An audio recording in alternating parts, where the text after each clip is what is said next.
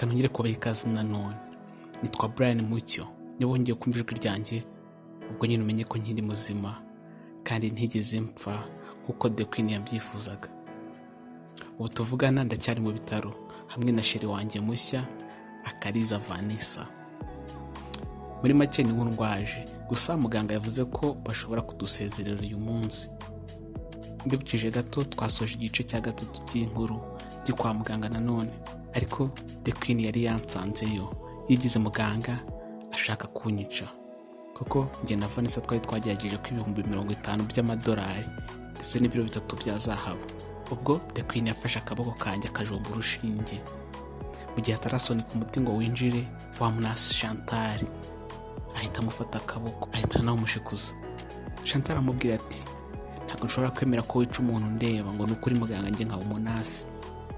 Ubwo bahise batangira kurwanira umuti, nuko mu buryo butunguranye kwa rushinge rujomba The Queen umuti uramwinjiye, yahise agwa hasi ako kanya. Mbona amaso yahindutse umutuku cyane, atangira kuva amaraso mu matwi no mu mazuru. Nukuri Chantal yabikoze mu buryo bwo kuntabara, ntiyaragambiriye gutera urushinge The Queen. Ubwo abandi baganga bahise bahurura, numva baravuze ngo The Queen arapfuye. Numvishe ngize ubwoba, ntangira kwibaza ukuntu Chantal ashobora kubizera kandi ari njye yari ari kurwanira. Ubwo Vanessa yari ari hanze yahise yinjira, nanjye wa muti wari watangiye kunshiramo, noneho nashoboraga kuvuga. Ako kanya nahise mbwira Vanessa ibibaye byose. Vanessa yagize ubwoba, atangira kumbwira ngo dupange uko twacika ibitaro kugira ngo badahamagara polisi natwe bakajya kudufunga. Numvaga ari igitekerezo cyiza, ariko nanone sinashakaga gusiga Chantal mu bibazo. N'ukuntu yari yarangiriye neza, yaranyitayeho ku buryo budasanzwe. Nabwiye Vanessa nti wowe genda, ndaguma hano sinasigaye umunasi mu bibazo. Vanessa aransubije ati ntaho njye tutajyanye, ubwo nyine niba gufunga turajyana kuko ibyaha twese twarabikoze. Nambwiye nti okay, dutuze noneho turebe ikiza gukurikira. Muri ako kanya nyuma y'iminota 30 The Queen amaze gupfa, nahise mbona abapolisi baje aho nari ndwariye. Mbona Chantal yarakiraho byamucanze. Twese njyewe Brian, Vanessa na Chantal bahise batubwira ngo dutawe muri yombi kubera gukekwaho ibyaha by'ubujura ndetse n'icyaha cyo kwica umuntu. Ibyo n'ubundi twari twiteguye ko ariko bibuze kugenda, ntabwo byaduteye ubwoba kuko n'ubundi njye nari nakize, nagombaga kuva mu bitaro uwo munsi. Turi mu nzira tugenda mu modoka za polisi, nabwiye Chantal nti ntugire ikibazo, ibyaha byose ndaza kubyirengera kandi niyemeje kuvugisha ukuri kose. Ubwo twaragiye tumara muri gereza iminsi 2, twagombaga kuburana ku munsi wa 3. Ijoro ryabanjirije umunsi wo kuburana sinigeze nsinzira, natekerezaga ukuntu nziregura mu rukiko, nkibaza ukuntu bashobora kunshirira kwica umuntu, nkumva ngize ubwoba. Gatekereza ukuntu njye na Vanessa twese dushobora kujya muri gereza nta n'icyumweru tumaranye, kandi naramwijeje kumurinda, nkumva nabyo birancanze pe. Natekereje nti n'ubundi The Queen yapfuye, nta muntu uhari wo kudushinja ubujura.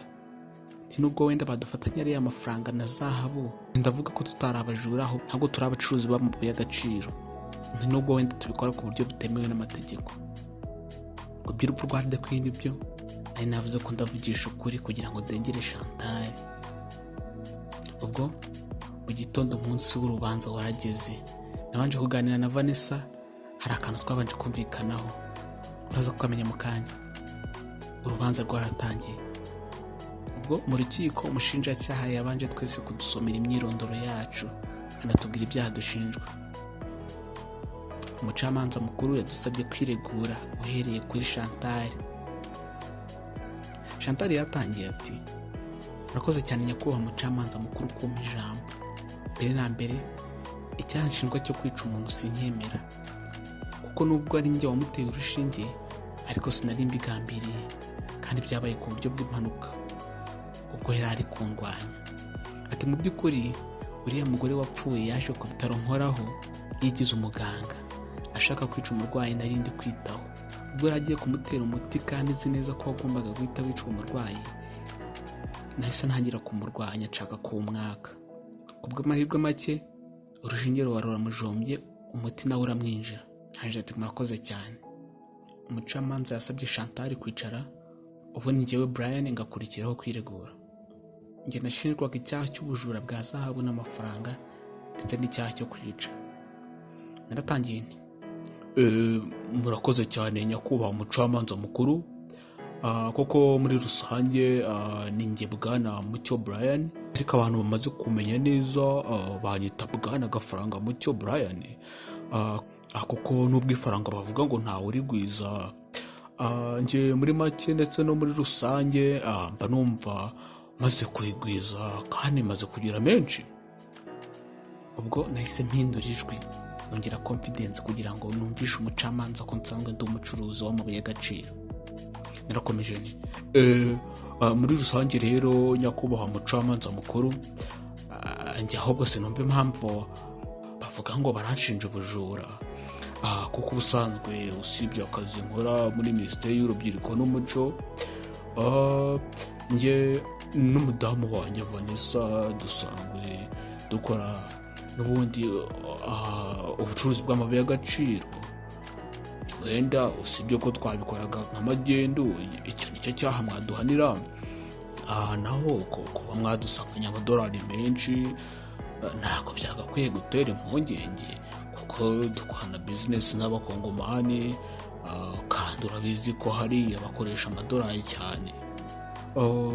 Naho nsobanuye ku by'urupfu rw'uriya mugore witwa The Queen, nanjye byarantunguye cyane, kuko nagiye kubona mbona uyu munasi witwa Chantal afashe imiti nanjye ntazi, atangira kuvangavanga ayivoma muri serenge, mbona ayiteye uwo muganga wundi bari bazanye, ari uriya mugore nyine wapfuye.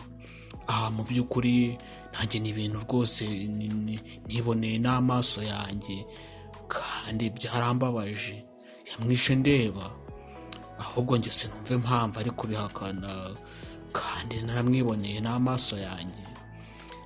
Naho ibyo kubeshya ngo uwo mugore yari agiye kunyica sibyo, kuko uwo mugore sinari muzi, ntituziranye ku buryo hari icyo yanziza, kandi rega abantu benshi barankunda cyane kubera amafaranga menshi mfite.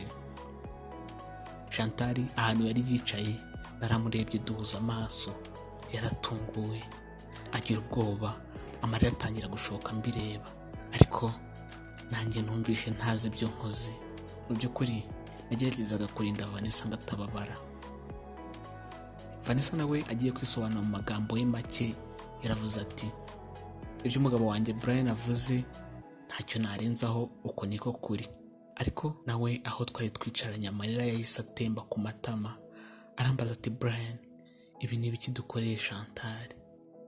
Ubwo umucamanza mukuru nawe yahise afata ijambo aratangira ati murakoze mwese rero kwisobanura ku byaha mwaregwaga. Akanama k'urukiko tugiye kwicara hamwe mu minota 30 turabagezaho imyanzuro y'urukiko.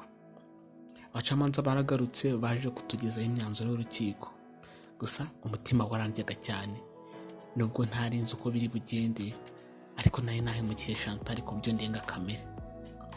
Yaratangiye ati nyuma yo kumva kwiregura kw'abaregwa dushingiye no ku bimenyetso byatanzwe n'abashinjacyaha, imyanzuro y'urukiko ni ikurikira.